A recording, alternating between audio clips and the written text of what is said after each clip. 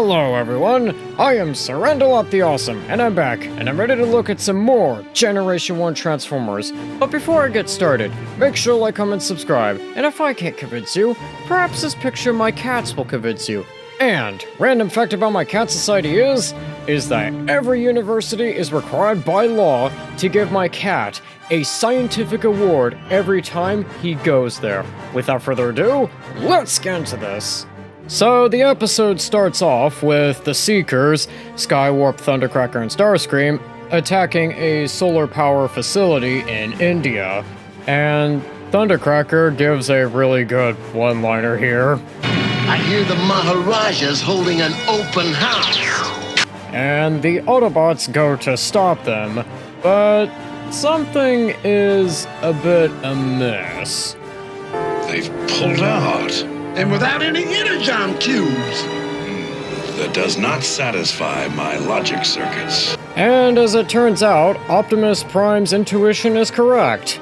Because that was really a diversion, so then that way the Decepticons, led by Soundwave, could steal a human, like say Sparkplug, to be a guinea pig for a test done by Dr. Arkeville here, who is a human who sides with the Decepticons. And we also get another display of the toxic work culture of the Decepticons. I say Megatron's plan was brilliant. And I say the diversionary attack on the solar plant was a waste of energy. You waste more energy with your mouth. Look, Shut up!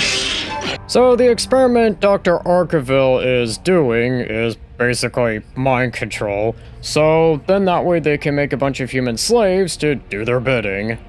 Which I guess is pretty necessary considering just how toxic the work culture of the Decepticons is. Anyways, so the Autobots attack the Decepticon base and manage to free Sparkplug, but something isn't quite right. So the Autobots manage to get back to base for repairs, and something is really off with Sparkplug here. Gee, Dad, it's sure great to have you back. Dad? No talk. There is work to be done. Which, I like this part here because it shows how subtly yet noticeably out of character Sparkplug seems to be. And it especially gets eerily out of character much later on. Anyways, so the Autobots get attacked by the Decepticons, and their weapons, and Teletran 1, for some reason don't work. And we get the answer to why they don't work in this scene here. Ah! Wrench.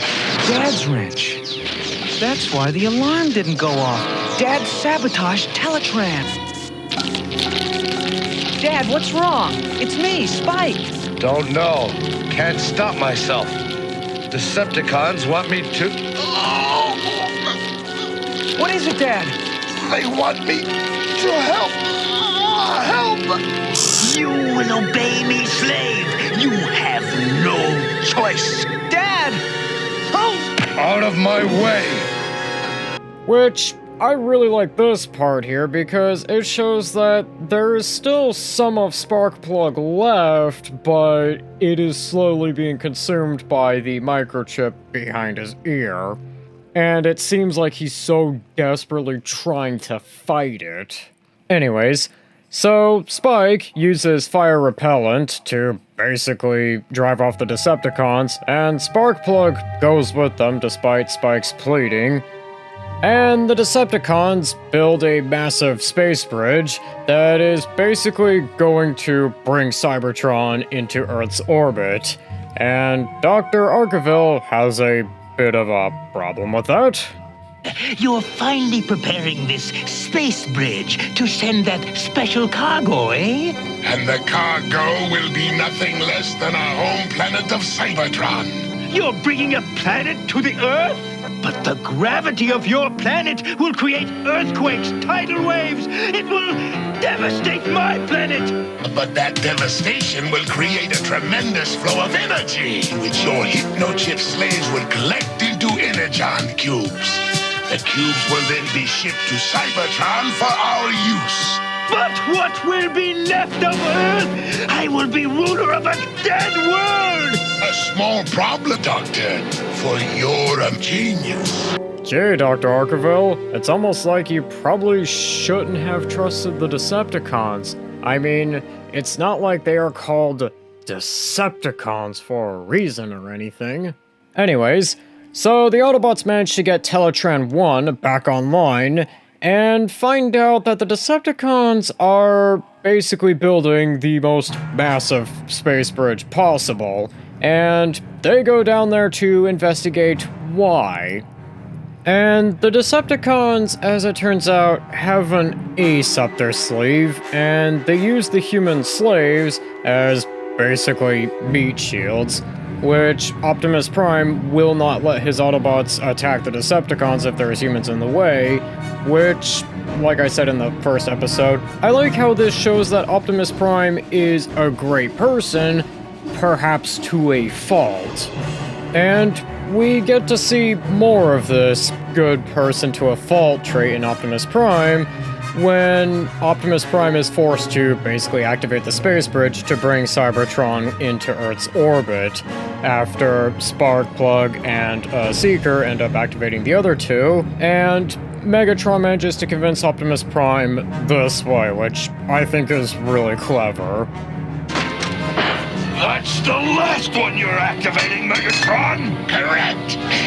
You will activate the last pylon, as the Earthlings say, fat chance, fathead!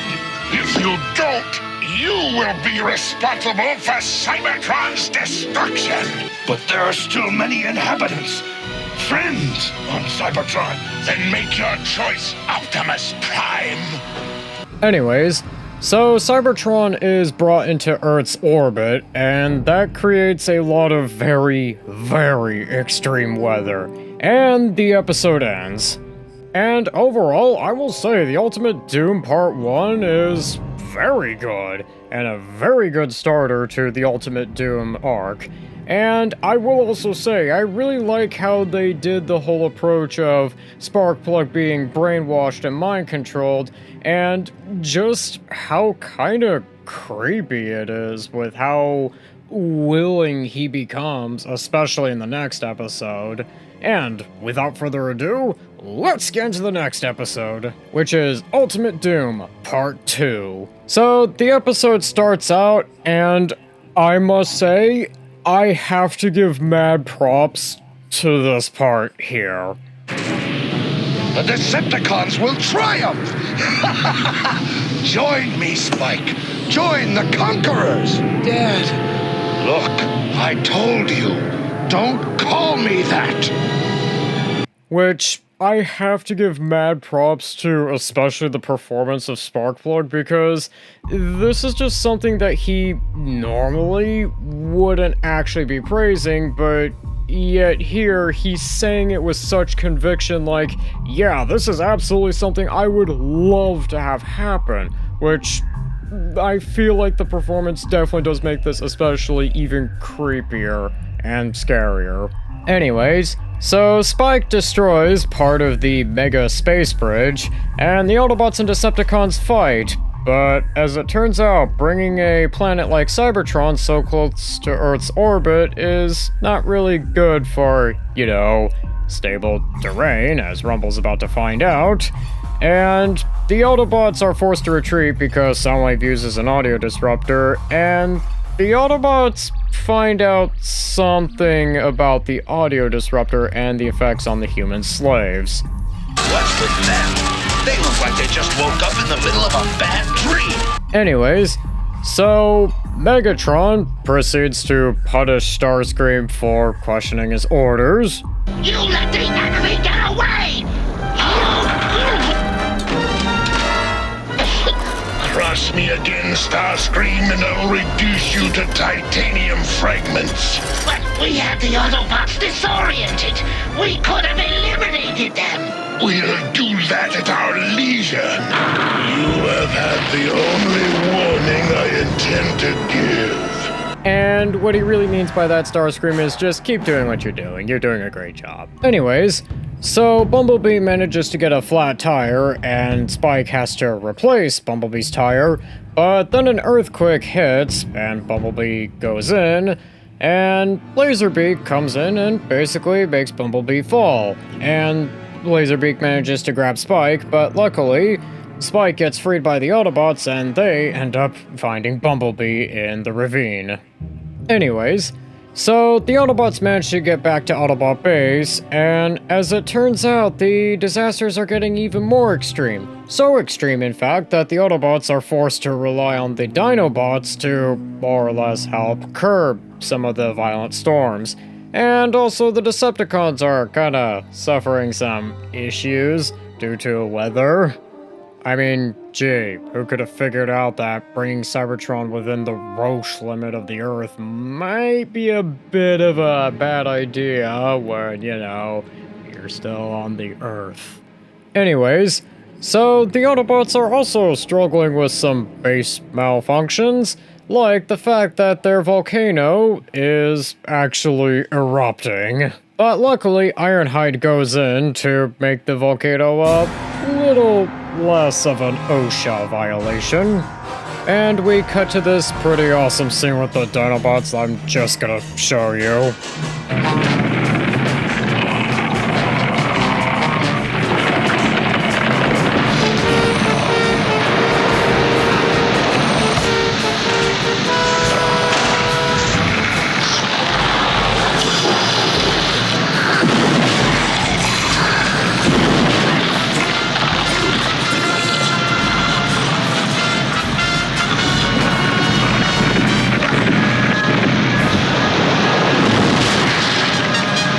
And then we cut to this scene here.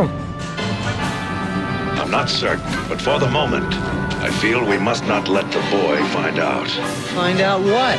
Spike, we have information that Sparkplug has been taken to Cybertron. Good job, Prime. You did a masterful job at keeping a secret. Anyways, so Spike and the Autobots go to Cybertron to basically find out what is controlling the humans, and Spike, Bumblebee, and Brawn end up finding themselves in Decepticon headquarters, and they find out that there's a hypno chip that is basically controlling the humans, and I'll just show you this scene here.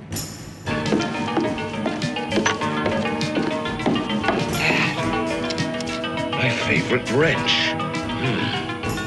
Where could... Hi, Dad.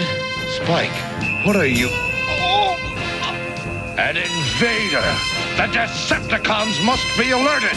Dad! Dad, don't! Must sound alarm! And overall, I will say that the Ultimate Doom Part 2 is a really good second parter and continuation of the first part of Ultimate Doom. And I also really like how it effectively shows how much the brainwashing changes Sparkplug into something that he just isn't. And I also like how it also shows that even the mind control chip does have its weaknesses, with the part with Soundwave basically creating that audio wave that more or less causes them to just seem like they woke up from a nightmare. And I also did like how the Dinobots even got some action in this one, with, you know, the Dinobots doing what they can to more or less curb the storms in that one scene. I thought that scene was really awesome. And anyways, on to the next episode, which is Ultimate Doom Part 3. So, the episode starts out right where we left off, when the alarm is sounded by Sparkplug, and the Autobots basically are gonna have to fight their way out of there. But luckily, more Autobots, including Skyfire, make an explosive entrance. Which, I actually like how he basically mops the floor with the Decepticons there, and the Autobots escape. And Skyfire basically draws the Decepticons off of the Autobots, and the other Autobots basically rendezvous at Wheeljack's workshop. where they find out that there might be something that they can do against the mind control chip. Anyways, so Optimus Prime and friends end up going surfing to go fight Megatron, and also Megatron's facility is basically just a massive tidal wave catcher facility, which makes me wonder, why couldn't he go with something greener? Like, no, seriously, why doesn't he go with some, like, I don't know, wind power or solar power? Or, you know, if you want to go with the I want to kill as many people I want to create a lot of power, why not go with, like, nuclear power and put that in, like, the middle of a city or something? Make it crazy unstable. Those are infinitely more renewable energy resources than, you know, bringing a planet to Earth's orbit and basically creating a bunch of tidal waves to do that. And Dr. Arkeville is starting to think about maybe switching to allying with Starscream rather than Megatron. Perhaps Starscream is the ally I've been looking for. Okay, so I think now is a good time for me to mention who Dr. Arkeville is. Well, Dr. Arkeville is basically a mad scientist who wants to conquer the world, and he's willing to work with the Decepticons. But throughout the arc, he kind of starts to question Megatron, but in the arc, it kind of seems like he might think about defecting to the Autobots, or maybe try sabotaging Megatron in some way. Not, oh yeah, I'm gonna go join Starscream. And, okay, as good as this arc is, I didn't really like the parts with Dr. Arkeville because they kind of just feel like they're just there. And they don't really build up to something, and I do feel he gets a lot more character development in Countdown to Extinction. Now, he does care a lot about humans, which I like, but he doesn't really do anything other than just scream protests. I mean, something I think he could do is, I don't know, try coming up with a secret project to maybe control the Decepticons instead. That could be something that could be interesting, rather than just screaming protests and probably thinking about siding with Starscream. Anyways, so the Autobots managed to crash land into Megatron's mega power plant, and Megatron gets away, and the Autobots stay behind to help the humans, and Starscream saves Dr. Arkeville and basically volunteers him that he is now part of his team, which, again, kind of just feels like it's just there and not really building up to anything. Anyways, so the Autobots on Cybertron managed to figure out a way on how to disrupt the mind control chips that the Decepticons are using on the humans, and they test it out on Sparkplug, and it works. And then the Autobots escape Cybertron on Skyfire, so the Autobots, led by Optimus Prime, find Megatron's starship on an island, and they have to get Megatron away from the starship. And Mirage turns invisible to do that, and Starscream, of course, has to loudly blurt out his plan of what he's going to do. It's no use, Doctor. I can't drain enough mind energy from your feeble brain to fill even one cube. Without my own energon source, I shall never be able to take control of the Decepticons. That's mutiny, Starscream. Megatron! And the penalty for mutiny is termination. Gee, Starscream, don't you think it's maybe a bit of a bad idea to loudly announce your plan of mutiny? And also, Dr. Arkeville, do you really think that Starscream is a great ally after he hooked you up to, you know, this thing here? I mean, say what you will about Megatron, but at least he didn't do this to you. Anyways, so Mirage manages to lure the human slaves away, and the Autobots attack the Decepticons, but are practically pinned at this point, until reinforcements arrive. And these reinforcements free the slaves from Megatron's grasp. Megatron runs, as usual, and the Autobots' combined firepower destroy Megatron's starship, and that ends up knocking Cybertron out of Earth's orbit, which I'm pretty sure if there was an explosion big enough to knock Cybertron out of Earth's orbit, that the Earth should probably look something like this here. But anyways, the Autobots celebrate. Not a bad day's work, was it, Optimus? I got Dad back, Cybertron's gone, the Earth is safe, and Megatron's finished. I only wish that were true, Spike. Well, Spike, to be fair, Megatron has survived a lot worse, and would you look at that? Megatron survived again.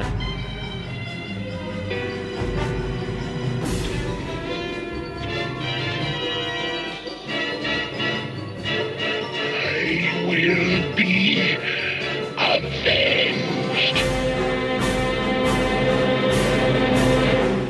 And overall, I will say that the Ultimate Doom parts 1 through 3 are really good.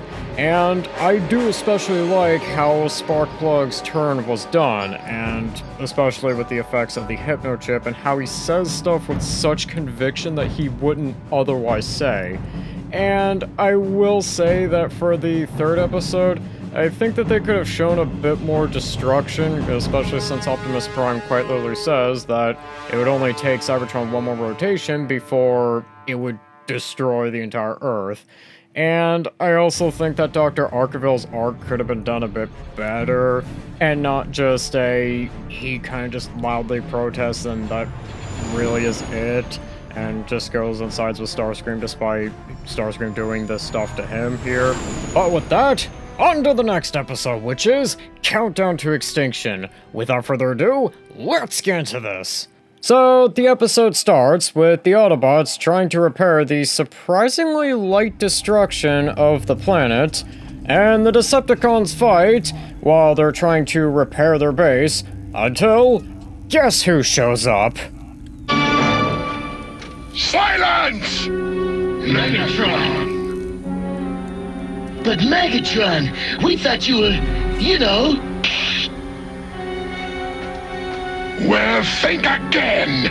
I've only lost a starship, not the war! So, Megatron wonders where Dr. Arkeville is, because he has some unfinished business, and Laserbeak comes right on cue to say that, yeah, basically Dr. Arkeville's was Starscream, so Megatron and the Decepticons go to the air to find Dr. Arkeville and Starscream. And the Autobots manage to get Teletran 1 back online and find out that Megatron is alive, so they go after Megatron and the Decepticons. So Starscream takes Dr. Arkeville to Dr. Arkeville's lab, where Starscream has an idea for a generator that Dr. Arkeville has. All right, Doctor. Come in and marvel at my ingenuity. I've improved your exponential generator by interfacing it with a timing device. It will begin building power to infinite capacity. Infinite capacity! But it will explode and destroy the entire Earth! Very good, Doctor. You understand perfectly. This planet will erupt in a cosmic shower of free energy. No! I will not allow it! When Earth explodes, I will be on Cybertron, collecting the resulting energy. It will give me limitless power, the power to dominate the universe! Gee, Dr. Arkeville, don't you think maybe after your first rodeo with the Decepticons, you decide, hey, maybe I should probably just wash my hands of this Decepticon business and probably just go strike out on my own? Because clearly you have the power to do it with, you know, your great generator here. Why not, I don't know, create a mega weapon with it or something? Anyways, Starscream takes Dr. Arkeville to Cybertron, so that way he is not in the blast radius, and Dr. Arkeville continues to try to protest. Starscream, I implore you! The total destruction of my world is unthinkable! Compassion from you, Doctor. Spare me your concern. Once we're on Cybertron, nothing will interfere with my plans. Before long, I shall be Lord Starscream, tyrant of the firmament! Hey, Dr. Arkeville, like I said, probably may have been a good idea to maybe wash your hands of this whole Decepticon business and maybe go on your own, or take up some like gardening or knitting. You know, something less likely to destroy the planet. Anyways, so the Decepticons attack the Autobots, and Optimus Prime gives this hilarious delivery here. Autobots, halt! And this fight is kind of funny, especially when it looks like two kids trying to imitate wrestling moves they see on TV, if a bit unnecessary, and the Decepticons retreat. So, Starscream manages to make it to Cybertron as a fighter jet, and he sets up some energy collectors so he can collect some energy when the Earth gets destroyed, and Dr. Arkeville tries to stop him, but, well, he fails and gets very badly injured. And meanwhile, Shockwave is trying to contact Megatron, but is having some, difficulties. And Megatron, in the next scene, says something ominous. Megatron, we're moving off our flight path.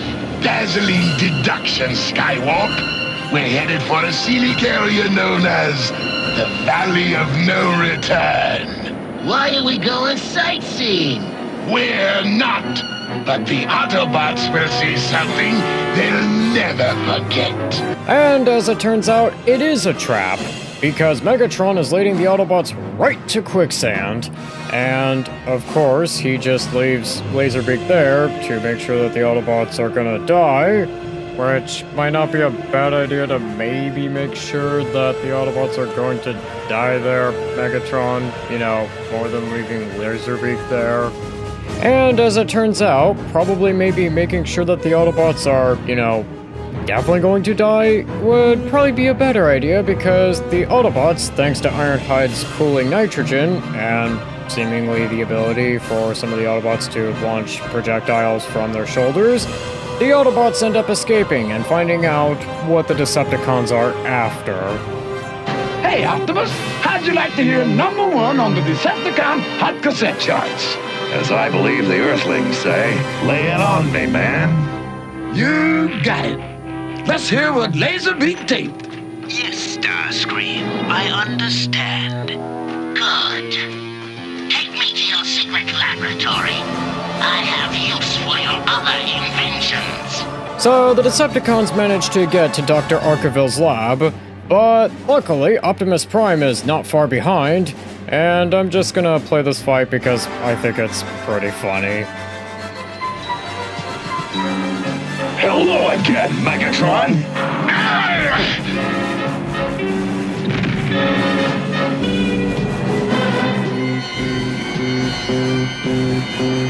Here, have a ton of fun.